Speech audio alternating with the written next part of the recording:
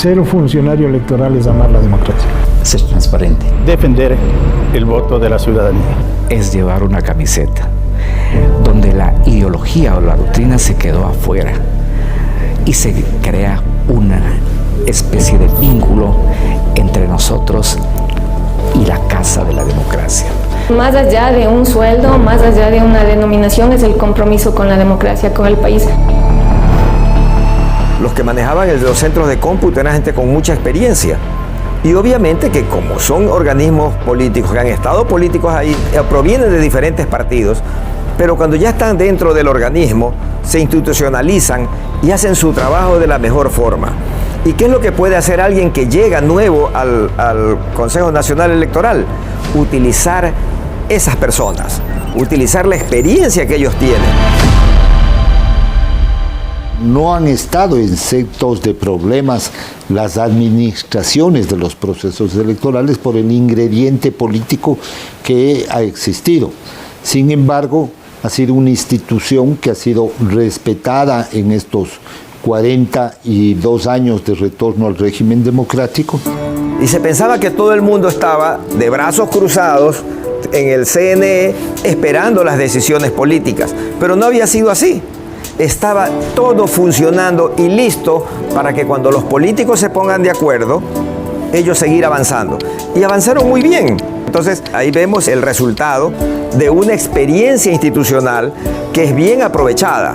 Y si alguien llega al tribunal y dice, no, voy a comenzar a llevar a mi gente, al segundo o tercer día se da cuenta que está cometiendo un error y que tiene que valorar y trabajar con quienes tienen historia de trabajo y de experiencia. Es un organismo que viene haciendo elecciones ya más de 40 años. La materia electoral no te enseñan en ninguna parte. Ahora hay unas pocas universidades que te dan un poco de derecho electoral, ¿sí? Pero lo que es el asunto operativo de las elecciones, lo que hemos conversado, eso no te enseñan en ninguna parte. Eso solo es la experiencia, el estar aquí. A lo largo de estos años he visto muchos procesos, muchas personas, cómo han ido cambiando los gobiernos, cómo ha ido cambiando la estructura del CNE, pero creo que lo más importante es el amor que se le pone cuando se coloca el chaleco del CNE. O sea, yo siempre decía, el rato que uno se pone el chaleco que dice CNE, se empodera. La solidaridad, la reciprocidad, el trabajo en equipo, el convocar a otras instituciones a que sean parte de, porque esto es un trabajo, un proceso de elecciones, no es un trabajo exclusivo de la función electoral, es un tema de Estado. Y mientras más gente se involucre, mientras más ojos, mientras más miradas tengamos, esto contribuye a que también se vaya fortaleciendo la institución. Que estamos hablando de coordinadores de mesa, coordinadores de recinto, operadores de escáner, digitadores, verificadores, informadores en los recintos electorales, asistentes. Todo esto más o menos nos lleva, son unas 40.000 personas a nivel nacional, y la preparación, la selección, la capacitación sí es un poco demorado, entonces no podemos hacer esto de un día para otro, pero para nosotros es un proceso periódico y metódico, mes por mes, que debemos ir cumpliendo una planificación. Es una suerte de estar viviendo el desenlace de todo nuestro trabajo a lo largo de 1 año o 2 años de planificación para ese día, que tiene que salir perfecto. Es un engranaje perfecto de todas las piezas de ese motor institucional.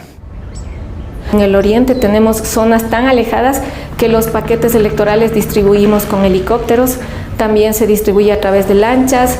Nuestros funcionarios lo que hacen en todo el país es salir a inspeccionar estos lugares, estos recintos, y creamos recintos electorales, creamos zonas electorales.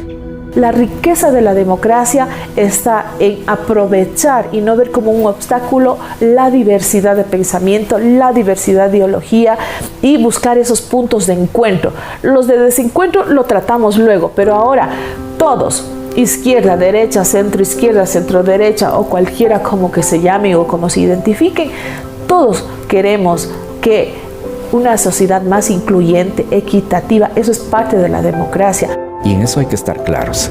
El reto se cumplió a la expectativa, el reto se cumplió en todos los niveles y en todas las instancias que teníamos como Consejo Nacional Electoral ejecutar.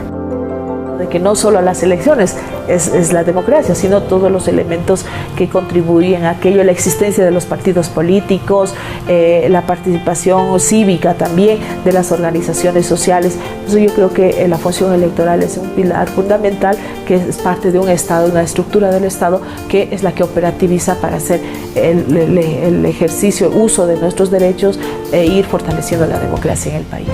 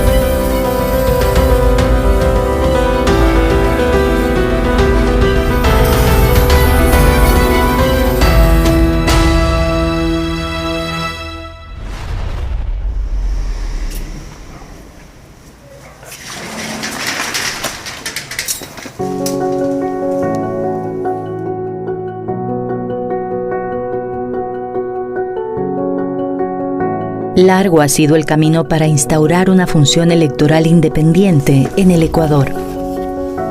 Lo que hoy conocemos como Consejo Nacional Electoral es el resultado de un proceso que nació hace más de 76 años. El Tribunal Supremo Electoral, que en un inicio se llamó Tribunal Superior Electoral, nace de la Constitución de 1945.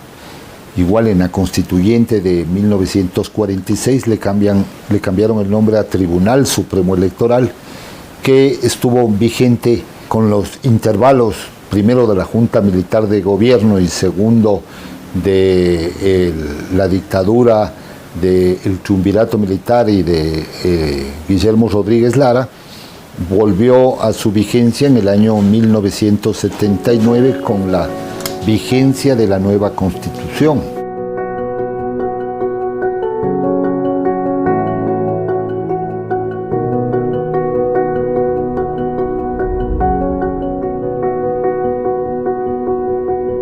Pero para el año 78 y 79, las organizaciones políticas tenían que reinscribirse.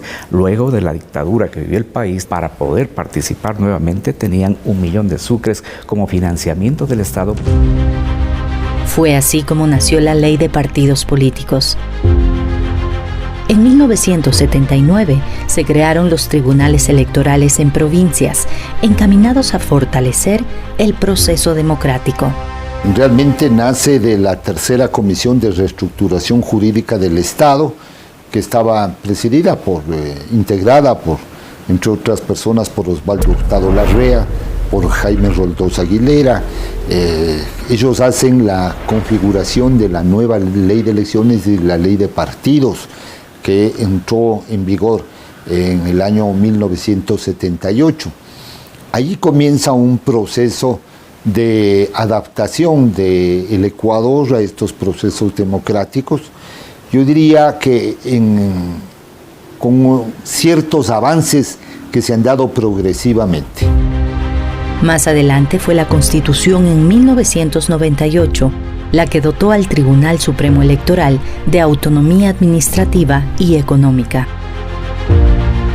Es importante construir procesos de independencia, de autonomía, de objetividad en la administración de los procesos electorales, y yo agregaría un elemento adicional, que es la modernización y transformación tecnológica del órgano electoral.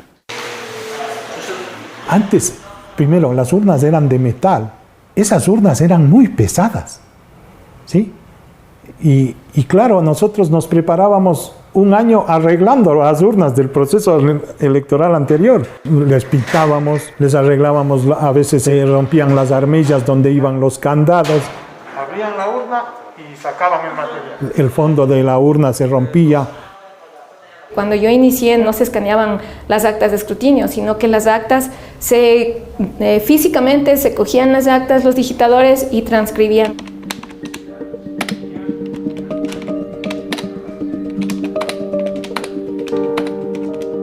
Ahora ya no es así, nadie toca las actas de escrutinio, se escanean y luego van a través de un sistema.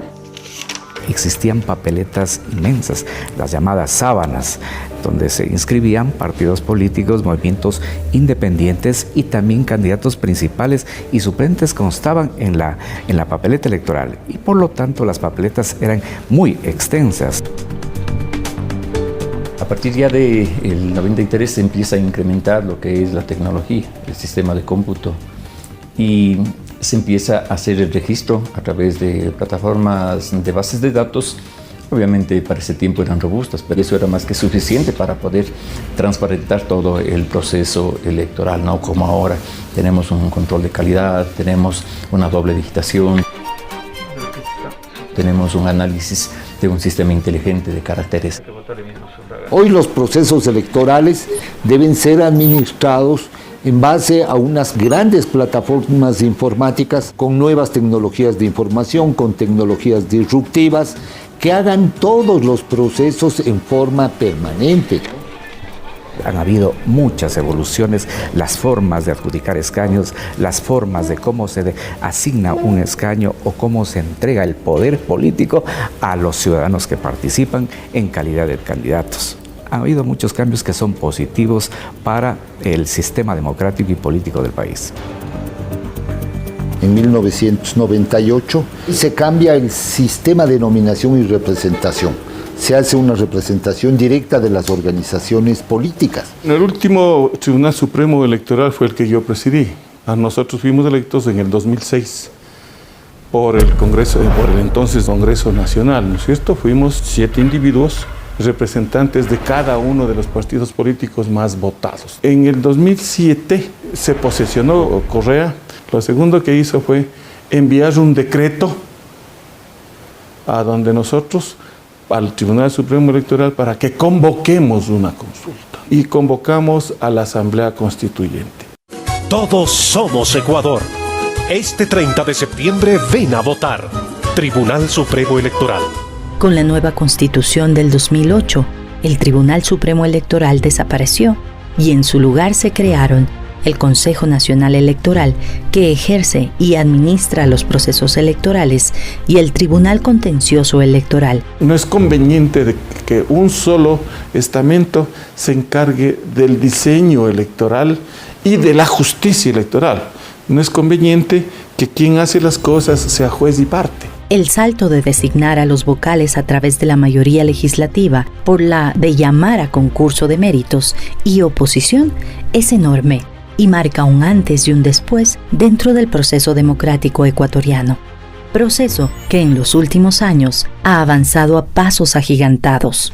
Vamos a iniciar el debate en este tema tan importante para el país. La función electoral ha propuesto se reformen los artículos 99 y 105 de la Ley Orgánica Electoral. Nadie había topado el tema de la lucha contra la violencia política de mujeres candidatas. No se había hablado del tema de los debates obligatorios. No se había pensado en que sea por ley la posibilidad de generar un padrón pasivo que la gente sí reclama. Entonces, esas iniciativas que no estaban consideradas en un proyecto de reforma que ya había avanzado en la Asamblea, lo tomamos.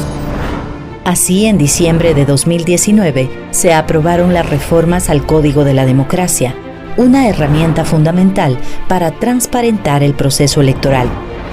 Hablamos de 168 artículos reformados. El Código de la Democracia, o la Ley de Elecciones, que le llamábamos anteriormente, ha ido constituyendo primeramente un apoyo para que muchos más sectores y de diferente forma puedan ir participando en los procesos electorales. Ahora, con el nuevo Código de la Democracia, los debates obligatorios, las cabezas de listas para llegar a un 50% con mujeres, la participación en un 25% que involucren en las listas a los jóvenes, no lo tienen otros países y nosotros sí. Entonces pasamos a ser un referente para la región y para el mundo de cómo profundizamos los derechos de participación.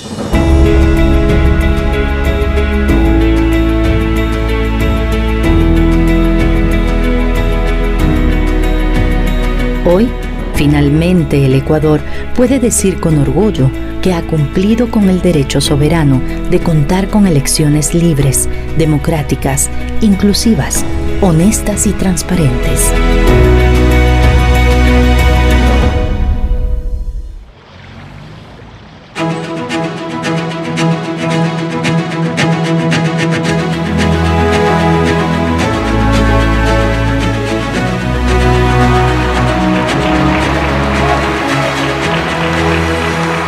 Como Consejo Nacional Electoral, estamos seguros que estos documentos representan el fiel reflejo de la voluntad de los ecuatorianos expresada de manera libre, voluntaria y transparente en unos comicios que constituyeron en un desafío en la actualidad, que son una tarea cumplida con la democracia y con el Ecuador.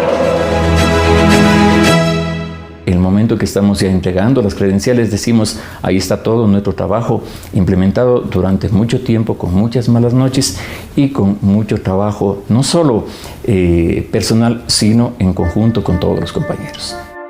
Un año representa estructurar todo un conjunto de procesos que dan como resultado la elección democrática de una autoridad.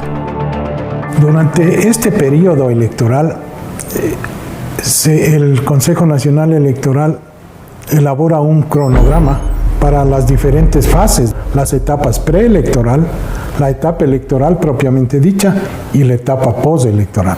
Así se maneja el ciclo electoral.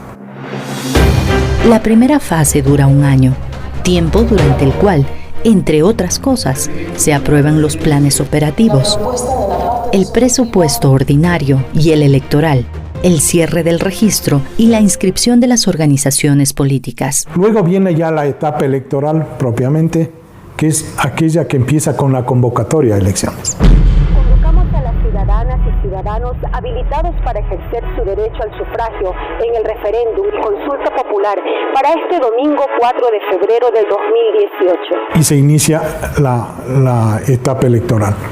Viene primerito que la inscripción de los candidatos.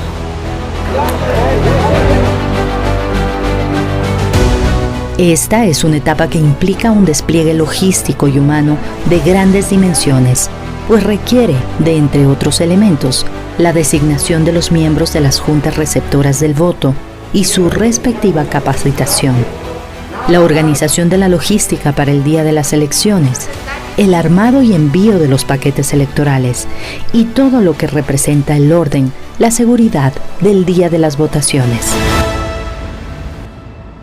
65.600.000 papeletas fueron impresas para el proceso electoral del 2021, dentro del tiempo establecido y bajo estricta vigilancia por el Instituto Geográfico Militar. Nosotros internamente, para atender el requerimiento del CNE, nos preparamos con unos 5 meses de anticipación debido a la envergadura del proyecto. Tenemos maquinaria de alta seguridad. Hablemos de que somos los únicos en el país que tenemos un software de seguridad para producir papeletas que requiere el CNE. Hay como una normativa que tenemos internamente de que el control de calidad debe ser extremadamente riguroso. No puede ir una papeleta con una mancha, una papeleta arrugada. Es un control automático, un control también del personal antes del embalaje y lógicamente ya cuando se envíe de aquí. Se garantiza que la papeleta salga como una hoja limpia. En este caso nosotros, de acuerdo a nuestra área de competencia, nosotros entregamos las papeletas al CNE. Lógicamente este cumple una seguridad estrictamente militar, que se garantiza que sacada la papeleta del punto del IGM llega a la empresa integradora en óptimas condiciones sin ninguna novedad. Son las Fuerzas Armadas las encargadas de garantizar la seguridad de la infraestructura del proceso, el transporte y la custodia del material electoral, desde su salida del Instituto Geográfico Militar hasta el hangar donde se arman los respectivos paquetes electorales. En cada paquete del padrón electoral, en cada paquete de las actas. Salitre masculino 46, 45, 44, 43. Hay la data variable que se llama. Un código de barras que tiene la provincia, el cantón, la parroquia, la circunscripción, la zona y el número de la junta. Femenino 1, masculino 1. Ahora ya solo con pistolear tú esos códigos de barras ya sabes a dónde está todo. 38.5. Y claro, nos vamos modernizando, van cambiando las cosas y ahora las elecciones son mucho más ágiles.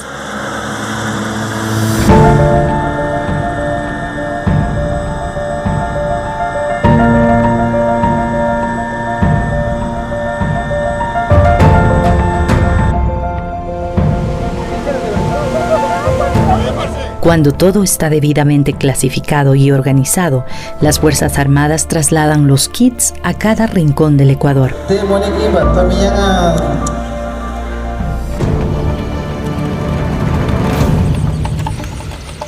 Cuando hay un proceso electoral, el dimensionamiento del personal crece. Son muchas las personas que llegan a trabajar por 1, 2, 5, 10 o 15 días. Estamos hablando de coordinadores de mesa, coordinadores de recinto, operadores de escáner, digitadores, verificadores, informadores en los recintos electorales, asistentes. 40.000 personas que llevan a sus espaldas la enorme responsabilidad de garantizar la democracia en el país.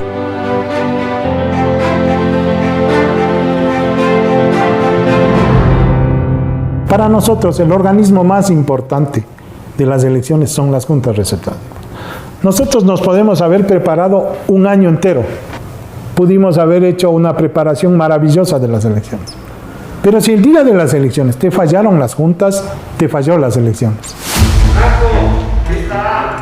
El objetivo fundamental radica en proteger la decisión de cada uno de los habitantes de este país. Al acto de entrega de credenciales a asambleístas nacionales. Con la posesión de las nuevas autoridades no termina el proceso. Finaliza con el informe de presentación de cuentas de campaña.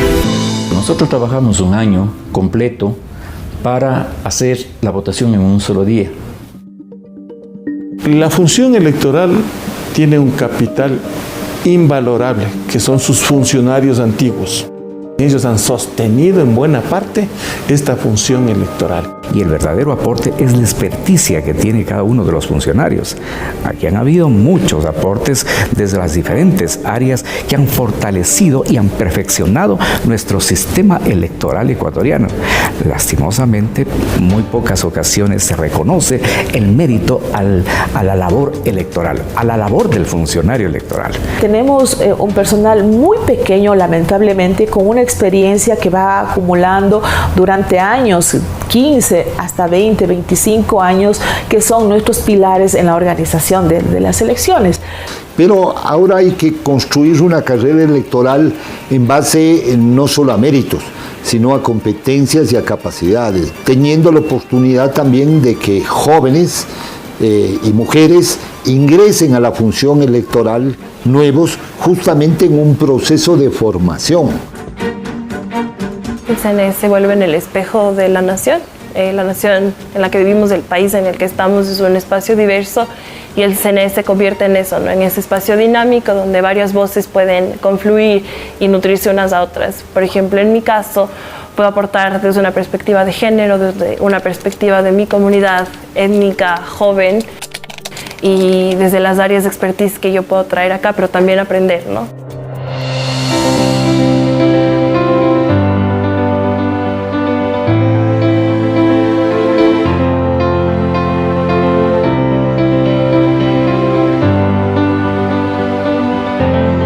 Que pone en práctica los derechos de participación.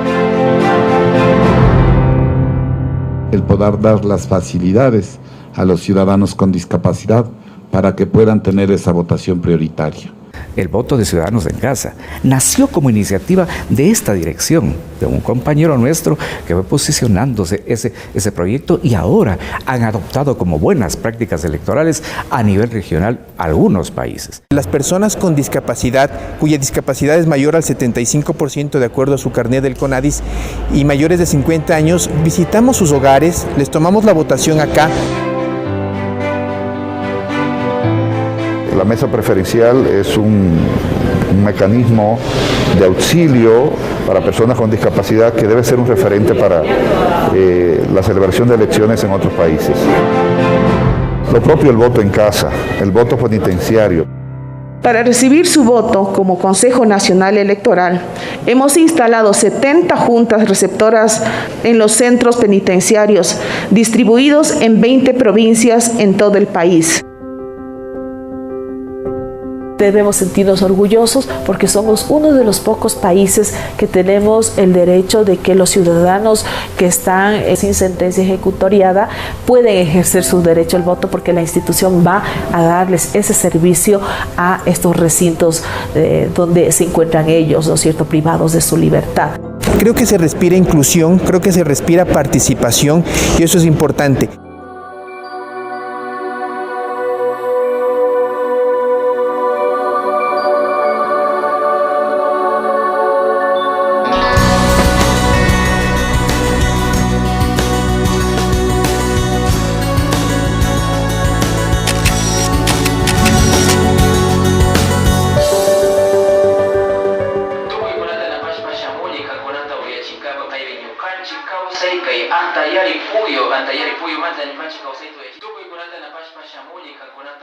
El tema de elecciones es bastante complicado en lo que se refiere para las nacionalidades, más que todo de mi nacionalidad quichua, porque ahí no se tiene mucha información. La ciudad del Puyo. Hoy es una jornada muy importante para los ecuatorianos. Todos salimos, obviamente, a dar nuestro voto.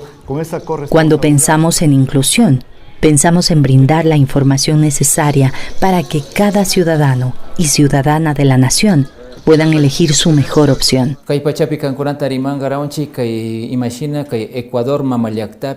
De ahí que los medios de comunicación cumplen el importante papel de informar y guiar a la comunidad en su idioma natal. Estamos en tierra, agua y semilla. Todos los medios han sido aliados estratégicos, no solo del Consejo Electoral, sino de todas las instituciones del Estado, instituciones públicas, en donde quieran ellos dar a conocer temas de relevancia, temas de interés para la ciudad, para toda la provincia. Donde antes no podían salir a votar, ya sea porque no tenían carretera, estaban tal vez a 3 horas de distancia, 4 horas, o se les complicaba mucho, no tienen dinero para el transporte. Nuestros funcionarios lo que hacen en todo el país es salir a inspeccionar estos lugares, estos recintos, y creamos recintos electorales, creamos zonas electorales. Solo entramos con la transporte aéreo, 1 hora media de Macas a Huampuy. El Consejo Electoral ha dado las facilidades, creando más recintos electorales en las zonas. Eso hace que se les facilite a la gente de las diferentes comunidades lejanas a poder ejercer el derecho al voto. Como dice en la Constitución de la República, todos y todas tenemos el derecho de ser elegidos y de elegir nuestros representantes. Así que también el sector campesino, el sector indígena en este caso, el sector rural, pues ha tenido esta participación ahora con los recintos electorales que tenemos en las comunidades, en las parroquias, en los recintos, pues realmente ha facilitado para que cada una de nuestra población, tanto del sector urbano y rural, pues hagan el derecho a su voto. That COVID-19 can be characterized as a pandemic. Hace pocos minutos el gobierno ecuatoriano confirmó el virus en su territorio. El día de hoy ha fallecido nuestra primera paciente por coronavirus. A más de 7.000 ascendía el número de muertos alrededor del mundo. Los contagios aumentaban rápidamente debido a la propagación del coronavirus, responsable de la enfermedad COVID-19. Cuando el presidente de la República tomó la decisión que cambiaría la vida de la nación. Por eso he decretado el estado de excepción en el país. La situación, sin duda, se complica. No nos esperábamos la pandemia. Un día nos dijeron, hay confinamiento, no sale. ¿Y cómo hacemos ahora? ¿Y cómo adaptarnos para llevar elecciones en una época de pandemia, con encierro, con confinamiento, con riesgo de que la gente tiene miedo a contagiarse? Y que teníamos que ser parte de ese proceso de cuidar la salud y la vida de los ecuatorianos. A puertas de elegir nuevos gobernantes, 78 países y territorios habían decidido posponer las elecciones. Sin embargo, el Ecuador asumió el desafío y se convirtió en el primer país en América Latina en sacar adelante las elecciones generales durante la pandemia del 2021. Nunca habíamos hecho en pandemia una elección y era tan difícil, ¿no? Tenías que mandar los kits de bioseguridad, tenías que ver que esté el alcohol, que estén las mascarillas, que estén los visores, que esté absolutamente todo. Eso es adicional a las elecciones que hacemos siempre. En la bondad la salida es por acá atrás. Al fondo está la salida, por favor. Y sí, teníamos miedo.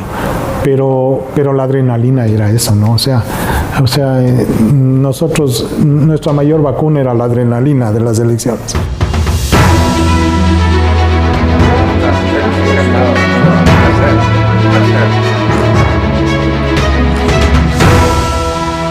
Echamos la mirada a los organismos internacionales que se dedican a fortalecer, a capacitar, y dijimos, vamos a pedir todo. Y si de este todo sacamos algo, será un éxito. Conocemos de primera mano las dificultades y los desafíos en estas elecciones. Muchísimas gracias.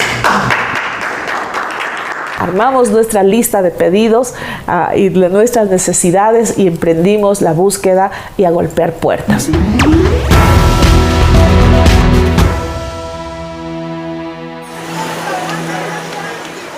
Mi experiencia ejerciendo mi derecho al voto en esta época de pandemia, bueno, fue como un poquito complicado, estresante. Muchos no querían ir a votar porque tenían miedo justamente al virus.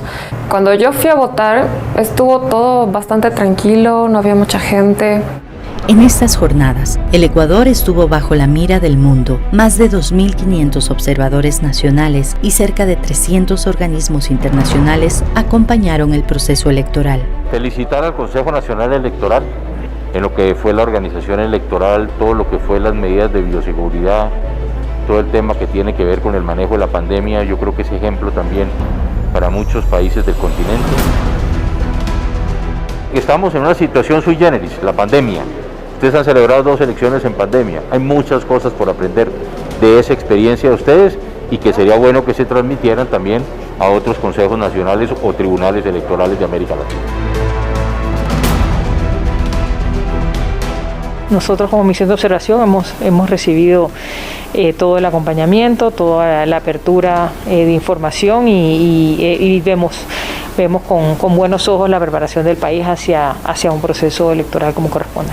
Unas elecciones que han transitado en paz, en libertad y que han sido un ejemplo en toda su organización desde el primer momento. La transparencia, la rapidez en la emisión de los resultados oficiales. Hemos reconocido la participación serena, madura, pacífica del pueblo ecuatoriano. También reconocemos la gran capacidad organizativa de las instituciones encargadas de estas elecciones. Nos ha tocado preparar elecciones, contar votos, ahora en medio de la pandemia, a los que yo les llamo, a todos creo que son guerreros electorales y mucho más aquellos compañeros que en el trabajo, en el desempeño de sus funciones no lograron ganarle la batalla a esta pandemia, al coronavirus, y a ellos siempre los vamos a recordar como los guerreros electorales. Mi papá lo dejó todo en su institución, todo en su casa. Trabajó 29 años en el CNE y él era el Don Hino en su trabajo. Don Hino esto, Don Hino el otro. Y mi papá, yo creo, un amor de compañero. O sea, sí tenía su carácter, pero siempre se prestaba a ayudar. Tanto en lo personal, en lo profesional, en la honradez, la pulcritud. que no tiene límites. O sea, ya de esas personas, digo yo, pocas quedan. Mi papá fue un guerrero, porque él entregó vida, alma, todo a su institución. Él hasta el último estuvo dándole ahí.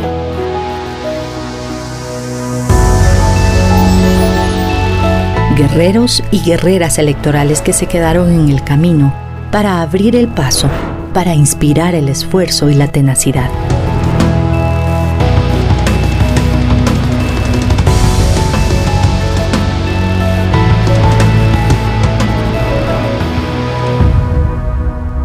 Ecuador tiene un organismo muy fortalecido porque tiene una historia de gente que sí ha ido ahí a servir. Tiene empleados de 20, de 30 años, ¿no? Y que están en cargos importantes, que han venido fortaleciendo su conocimiento y que están ahí sirviendo a la democracia, sirviendo a las elecciones. Siempre nosotros como árbitros tal vez estamos mal vistos porque los que pierden nunca van a aceptar que pierden y lamentablemente solo hay un ganador. Pueden haber 26 participantes y gana uno, el resto no va a estar conforme con los resultados. El tema del fraude se lo instauró acá cuando todavía no teníamos el sistemas informáticos y sumábamos los votos con las calculadoras.